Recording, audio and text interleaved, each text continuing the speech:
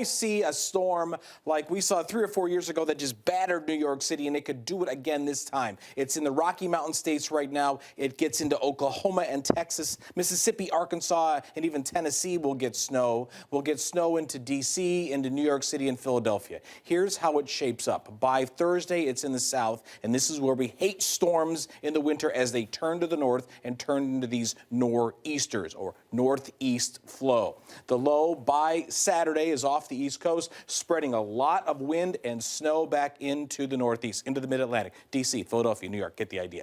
There's the low, though. If the low travels, and this is still 3 days away before it's really here, if the low travels to the east and does not turn, then there's no snow in Boston at all. Done. Not too much in New York either.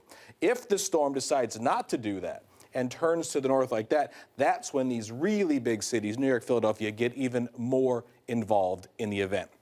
So here's how it shapes up. Here's how we work this. This is a very large storm.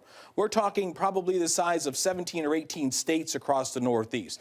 There goes the low. If it goes to the north and to the Northeast, that's when we truly see a major snow event, blizzard, 15 inches, 20 for New York City. That's still not the forecast right now.